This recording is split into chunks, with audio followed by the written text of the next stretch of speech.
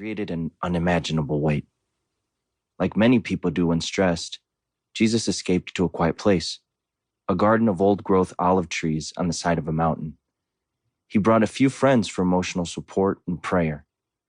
Overwhelmed with exhaustion, his friends couldn't stay awake as Jesus pleaded with God for another way. But he knew there was no way around this moment. He needed to bear this cross. Jesus said his soul was grieved to the point of death. That's how he described the stress he felt. He reportedly suffered hematohidrosis, a rare condition caused by acute emotional stress where the sweat glands rupture, causing them to excrete blood. He was clearly challenged by what he was facing, even while knowing that his death would show his love and would change the world. His adversaries captured him later that evening in the garden. Yet Jesus found the strength to face his accusers and submit to them willingly and without violence, knowing that his death would further spread his message of radical love. Our world is stressed. Jesus gets that. He faced the issues we face, and some far more severe than we ever will. He taught how to deal with the challenges of life, and the key to what he taught is to believe God cares for you. Jesus starts by addressing our belief systems. Your belief system has nothing to do with your skin color, appearance, talents, or age. Your belief system is not concerned with the exterior of the tent, but the interior. It is the set of convictions or poles, all of them unseen, upon which your faith depends. If your belief system is strong, you will stand. If it is weak, the storm will prevail. Belief always precedes behavior.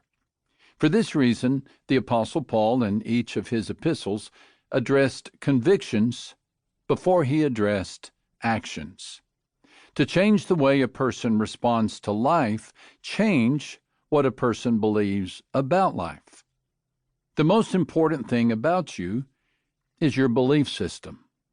Paul's was Gibraltar strong. Take a close look at the poles in the tent of the apostle, and you will see one with this inscription: the sovereignty of God. Sovereignty is the term the Bible uses to describe God's perfect control and management of the universe. He preserves and governs every element. He is continually involved with all created things, directing them to act in a way that fulfills his divine purpose. In the treatment of anxiety, a proper understanding of sovereignty is huge. Anxiety is often the consequence of perceived chaos. If we sense we are victims of unseen, turbulent, random forces, we are troubled. Psychologists learned something fascinating about belief systems when they studied the impact of combat on soldiers in World War II.